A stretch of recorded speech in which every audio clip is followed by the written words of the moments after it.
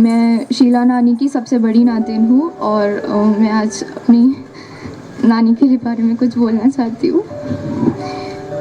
मेरी नानी के बारे में सबसे अच्छी क्वालिटीज़ अगर बताए तो उनकी सिंप्लिसिटी है, जो हमेशा वो रखती थी हर चीज़ में सिंप्लिसिटी, और उनका फ्रैंक नेचर। मतलब यहाँ पे ऐसा कोई नहीं होगा जिनको उनके नेचर के बारे में नहीं पता कि वो कितनी ज़्यादा फ्रैंक रहती थी। वो सबसे बात करती थी। मतलब आजकल हम देखें तो कोई किसी से ज़्यादा कम्युनिकेशन नहीं करता, बट वो इतनी ज़्यादा फ्रैंक थी, वो इतना अच्छे से सबसे बात करती थी और वो कभी किसी को हर्ट नहीं करती थी। और उन्होंने कभी किसी के बारे में कुछ गलत नहीं बोला, हमेशा सबके लिए पॉजिटिविटी रखी। सिर्फ घर के लोग नहीं, सब बाहर के लोगों के लिए भी, मतलब सिर्फ अपने बच्चे नहीं, उनके फ्रेंड्स तक के बारे में वो इतना अच्छा सोचती थी। और मतलब वो बहुत ही अच्छी लेडी थी और उनका ट्रिमेंडस लव जो है वो कभी हम भूल नहीं सकते। और मतलब उनके बारे में मैं एक्सपीरियंसेस बताऊँ तो जब मतलब बचपन से जब हम उनके घर पे विज़िट करते थे तो वो हर बार गिफ्ट लेके रखती थी, मतलब हर साल। और यहाँ तक कि लास्ट मिनट तक उन्होंने हमारे लिए गिफ्ट्स खरीदे, और जब मम्मी वो लोग गए तो उन्होंने लाए कि या उन्होंने हमारे लिए, जब कोविड ईयर था तब भी गिफ्ट्स खरीद के रखे। तो तब वो गिफ्ट्स देख के लगा कि नहीं, एक बार मिलना था लास्ट टाइम। और एक चीज़, अभी मतलब बचपन से तो लिया है और अभी हम इतने बड़े हो गए फिर भी उन्होंने आज तक हमारे लिए गिफ्ट्स लिए थे। और उनके बारे में एक बात बताओ तो लास्ट मतलब 2 ईयर से तो हमने विज़िट नहीं किया क्योंकि कोविड के कारण ट्रांसपोर्ट नहीं था, तो हम नहीं विज़िट कर पाए। लेकिन जब भी हमने call, audio call, video call, तो उनका जो लास्ट स्टेटमेंट रहता था, गॉड ब्लेस यू, तो वो अभी इतना मिस करते हैं। और उनकी ब्लेसिंग सही में इतनी अच्छी है, मतलब वो इतने अच्छे थे, उनका नेचर, उनकी ब्यूटीफुल स्माइल, मतलब किसी ने नहीं सोचा था वो इतनी जल्दी वो इतनी अच्छी स्माइल फ्रेम हो जाएगी। मतलब हम सब मिस करते हैं उनको, पर उनका नेचर, उनकी अच्छी चीज़ों को हम अपनी लाइफ में इम्प्लीमेंट करें और फिर उसको अभी हम लोग अपनी लाइफ में डालें और उसको उतने ही अच्छे से लिव करें। और उनका जो नेचर है उससे हम लोग गुड क्वालिटीज़, उनकी पॉजिटिविटी लेकर अभी हम अपने लाइफ में इम्प्लीमेंट करके चलेंगे तो बहुत अच्छा है। तो हाँ, आज हम सब लोग उनके सोल के लिए प्रेयर करते हैं, उनके एटर्नल लाइफ के लिए प्रेयर करते हैं जो वो हेवन में है। और उनको तो मिस हम सब करने वाले हैं, पर उनकी अच्छी चीज़ों को अपने लाइफ में यूज़ करना, उनकी अच्छी चीज़ों से सीखना हमें चाहिए। तो we miss her and we love her a lot. जब हम देखते थे बच्चे जब कोई अलग सा गाना गाते तो हमें हंसी आती है, बच्चे जब रहते हैं, पर जब समझ आती है ना तब एक ही बात समझती है कि परमेश्वर की स्तुति ये स्किल से नहीं, टैलेंट से नहीं होती है, दिल से होती है। क्योंकि आंटी, मैं छोटा था तो मुझे बोलते थे पास्टर अंकल को बोल के जा, सॉन्ग मेरा है, तो मैं तब ऐसा हंसते हंसते जाता था और उनका गाना होते टाइम उतना कुछ समझता ही नहीं था।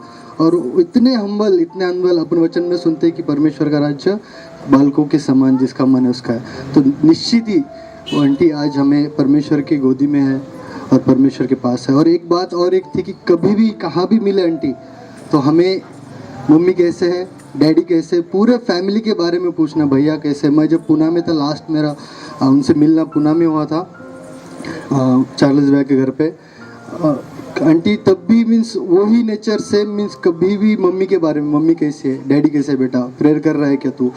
तो ये बोलने का ये तात्पर्य है कि जिन्हें पता नहीं आंटी कौन है, तो ये हमें ये बातें जो मैं बोल रहा हूँ कि मैं भले ही छोटा हूँ परंतु आज मुझे समझ में आ रही कि जो स्तुति आराधना करते वक्त किसी टैलेंट की गरज नहीं है हमें, वो तो परमेश्वर देगा, बट पहले हमारा मन हम अगर दे देंगे तो आंटी के समान हम कहीं भी, जिस तरह डेविड अंकल ने कहा कि हर चर्च में, हर जगह पे, हर फेस्टिवल में, कोई क्रिसमस हो, ईस्टर हो, हर दिन, हर कौन सा भी संडे उनके मन में आया कि वो लोग वो गाने के लिए खड़े होते थे। उसी प्रकार हम भी परमेश्वर की स्तुति के लिए उनके समान हम हमारे जीवनों में खड़े रहेंगे। और निश्चित मैं भी उनके इस गुण को, इस बातों को मेरे ज़िंदगी में इम्प्लीमेंट करूँगा। और वो नेचर जो हम्बलनेस है, वो काइंडनेस है, सच में हम सभी में वो आना चाहिए और निश्चित परमेश्वर हमें उनके समान बनाएगा। Thank you.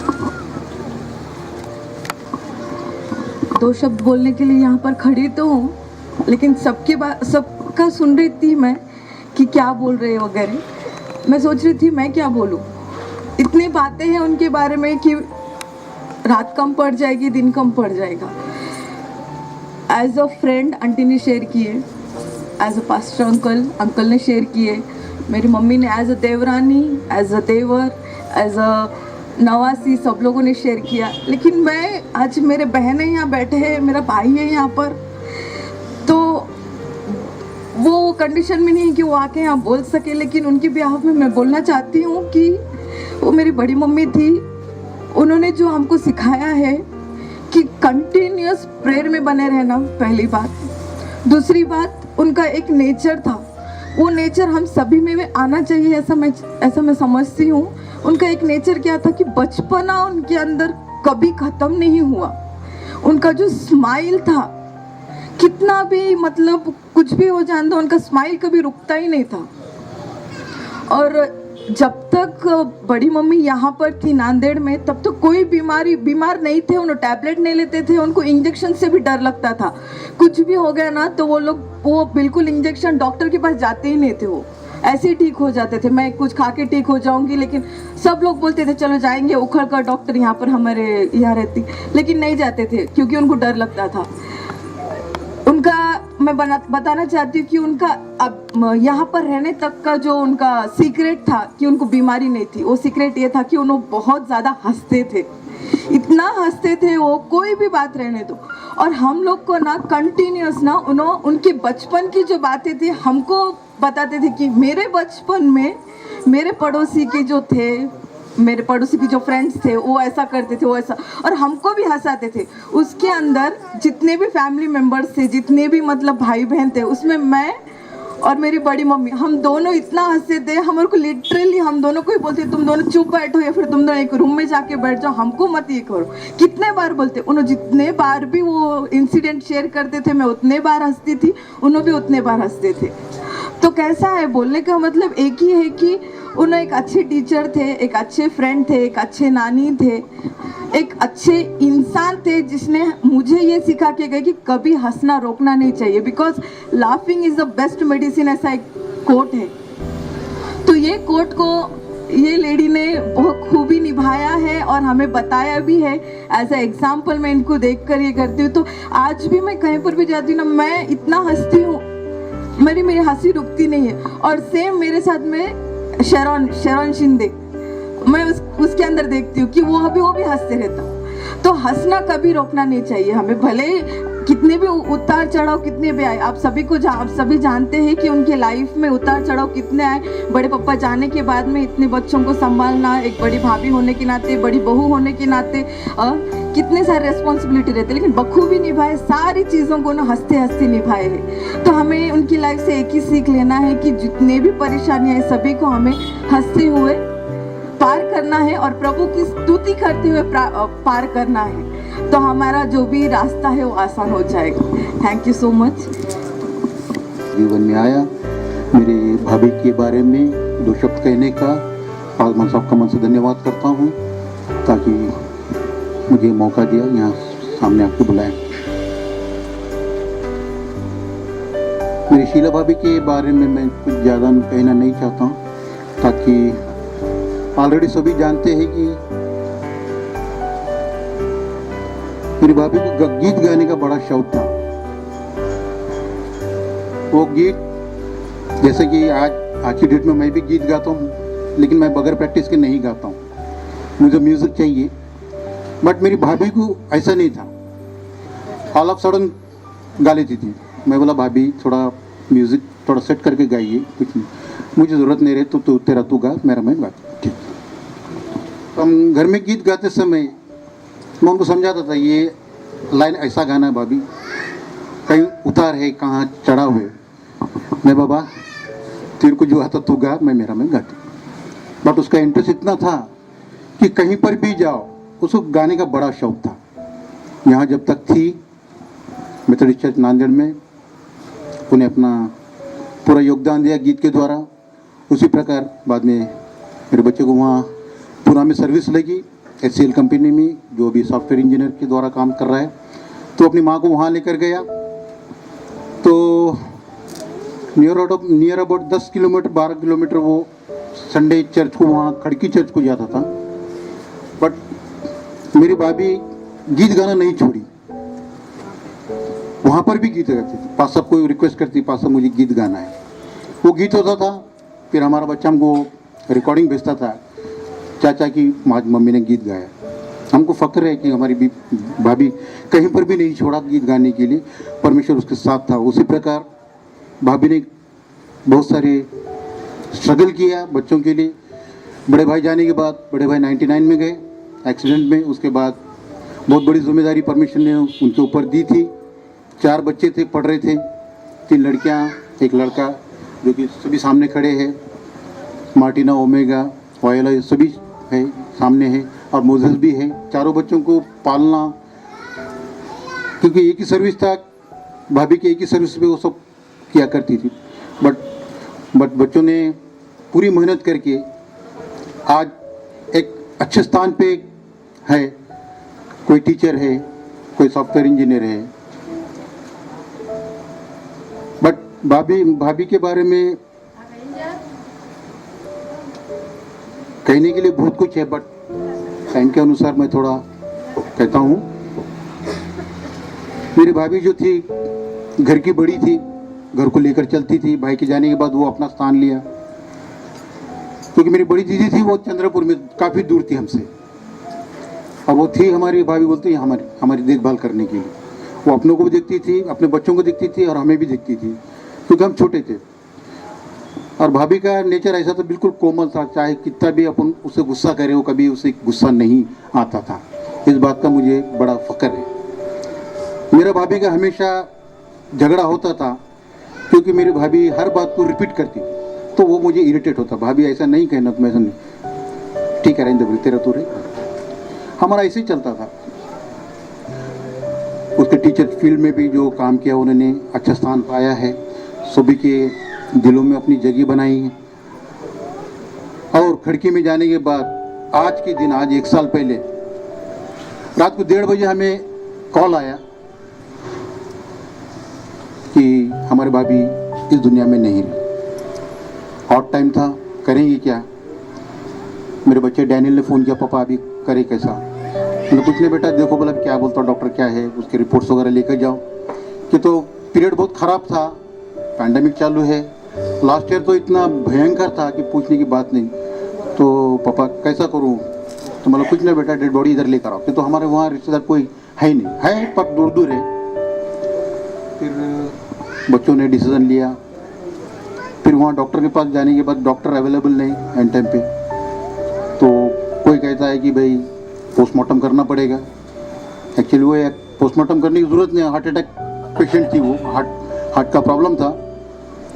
तो बच्चा मोजेस हमारा उस रात को अकेला उसके फ्रेंड को लेकर रात के करीब मेरे ख्याल से 12:30 बजे वो एम्बुलेंस बुला के उसके फ्रेंड के साथ उसका हेल्प लेके वो हॉस्पिटल गया। जैसे सब भाभी को छाती में बहुत तकलीफ हो रही, हॉस्पिटल जाना, वहाँ हॉस्पिटल करीब जाना, एम्बुलेंस से उतारना, उनका डेथ होना एक ही बार हो गया। बच्चे को नहीं मालूम था कि क्या है, डॉक्टर का इंतज़ार कर रहे थे। फिर वहाँ के जो असिस्टेंट है, नाइट इंचार्ज है, वो बोले कि आप इन्हें लेकर जाओ। अब करेंगे क्या बाबा। फिर अभी डॉक्टर को कंसल्ट किए, तो फिर वो डॉक्टर ने बोला कि भाई इनका पोस्टमार्टम करना पड़ेगा। फिर सुबह तक इंतज़ार किए, क्या करना क्या नहीं। ठीक है, बोला डिसीजन ले लो, अभी क्या करते बोल के हमने बताया। बट खुदा की मर्ज़ी ये थी कि बाद में पता चला कि वो डॉक्टर, बच्चे ने वो रिपोर्ट जाके डॉक्टर को बताया, वहाँ पर बुला के लाया। फिर डॉक्टर ने बोला कि भाई इसको पोस्टमार्टम की ज़रूरत नहीं, हालांकि पुलिस डिपार्टमेंट भी उधर आ चुका था। तो परमेश्वर का धन्यवाद करता हूँ कि मेरी भाभी का पोस्टमार्टम करने की ज़रूरत नहीं पड़ी। उसी टाइम काफ़ी टाइम हो गया था, दोपहर के 1:30 बज रहे थे, तो तब कहीं जाकर वहाँ से परमिशन मिला कि तुम आप ये डेड बॉडी लेकर जा सकते। तो बच्चों ने फिर लेकर करीब अभी 1 घंटा बाकी था, 10 बजे 10:30 बजे डेड बॉडी इधर नांदेड़ में आई। तो फिर उसकी तैयारी करना तो ज़रूरी है कि तो पैंडेमिक चालू है। और उस पीरियड में ऐसा था कि अपने पास शॉप जो है, मार्केट जो है, दोपहर में 12 बजे तक ही चालू था। फिर सुबह मतलब अभी रात में तो कुछ नहीं कर सकते, सवेरे फिर मैं क्लेमेंट सर को कांटेक्ट किया, पौलाना को कांटेक्ट किया, हम कैसा करें। वो सवेरे मेरे पास आ गए, सुबह 6 बजे मेरे पास आ गए, हम लोग बैठ के डिस्कस किया, इधर उधर फ़ोन लगा के ये किया। फिर मैंने यूथ के बच्चों को कांटेक्ट किया, सभी को बताया कि भाई टाइमिंग अपने पास कम है, उस पीरियड में अपने को सारी चीज़ें अपने को करना है। फिर क्लेमेंट सर को भेज दिया, क्लेमेंट सर ने सभी को अरेंज कर दिया। बट हमारे को फ्रीज़र की ज़रूरत थी, वो डेड बॉडी लाए तो कहीं में रखे हम लोग, तो फ्रीज़र के लिए इतनी तकलीफ हो रही थी कि तो गोर्धनघाट ऐसा एरिया था कि पूरा एक के ऊपर एक लाश थी। फिर सुनील वलूकर और मेरा बेटा चार्लेस, ये दोनों जाके किसी तरह जाकर डेड बॉडी के ऊपर पैर पे रख के वो फ्रीज़र को कंधे पे उठा के ट्रॉली में डाल के करीब 2 बजे यहाँ लेकर आए। फिर वो फ्रीज़र देखिए, पुलिस डिपार्टमेंट में समझ में आया कि भाई कोई डेथ हो गया है। उसके बाद सारी व्यवस्था हो गई, कॉफिन बॉक्स का सामान आ गया था, मैंने टेंट का वगैरह सभी अरेंजमेंट कर दिया था, 12 के अंदर पूरा हो गया था। बट था वो तो फ्रीज़र की ज़रूरत थी हमको। फिर मैं भी टेंशन में आया कि करूँ तो क्या करूँ, अभी डेड बॉडी लाऊंगे तो वहाँ से 12 घंटे का सफ़र है, पूना से नांदेड़, डेड बॉडी की क्या हालत हो जाएंगी। फिर एनी हाउ वो फ्रीज़र हमें मिला। फिर बच्चा फिर में कांटेक्ट में था, पापा फ्रीज़र मिला या नहीं। तो बॉडी स्वेलिंग होती जा रही है, ऑलरेडी 24 आवर्स हो चुके थे। तो फिर रात को 10 बजे आने के बाद हमने उतारा, फ्रीज़र में रखा, रात भर भजन हुआ। दूसरे दिन फिर हमने उनका फ्यूनरल किया। कहने का तात्पर्य ये है मेरे भाभी के बारे में, मन की कोमल थी, उसकी परमेश्वर की इच्छा भी नहीं थी कि वो उसका पोस्टमार्टम हो। उन्होंने हमारे बीच में सुखरूप पहुंचाया, हमने उनका फ्यूनरल अच्छी तरह किया। फिर से एक बार मैं उनसे धन्यवाद करता हूँ परमेश्वर का कि ये 2 शब्द बोलने का मुझे मौका दिया। उसी प्रकार बच्चे सभी इधर आए हैं। हम सोचे नहीं थे कि सभी बच्चे आएंगे, कि तो मार्च एंडिंग है, छुट्टी मिलेंगी या नहीं मिलेगी। फिर भी बहुत सारे लोग हमारे चुक गए, हमारे दामाद लोग नहीं आए। एक दामाद जो अभी फ्रेश अभी उनका रेस्टोरेंट खोला है उसमें बिजी है, दोनों दामाद आ चुके हैं। बच्चे आए पूना से सभी, और ये आज का दिन हम सब ने मिलकर डिसाइड किया था कि हम सब मिलकर करें। परमेश्वर ने हमें सहायता मदद की और हमने आज का दिन ये मनाया। Thank you so much. నీలోనా కృపామయుడా నీలోనా నివసింపజేసినందునా ఇవిగో నా స్తుతుల సింహాసన నీలో నివసింపజేసినందునా ఇవిగో నా స్తుతుల సింహాసన కృపామయుడా అపాయమునా గుడారం సమీపించనియక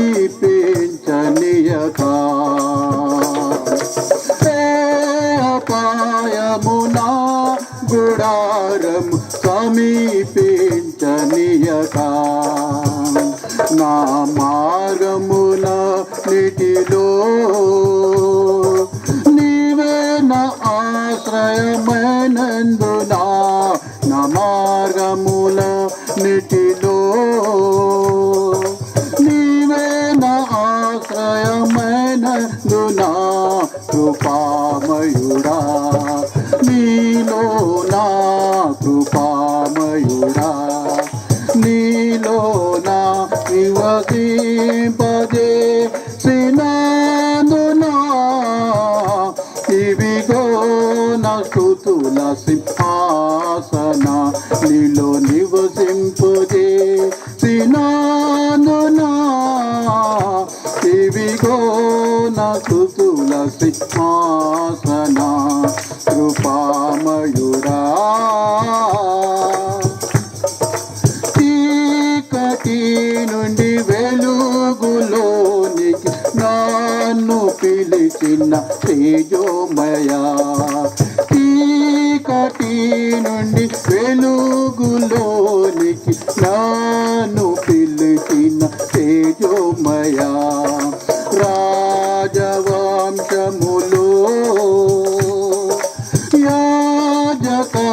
రాజవంశము చేసేదను రాజవంశములో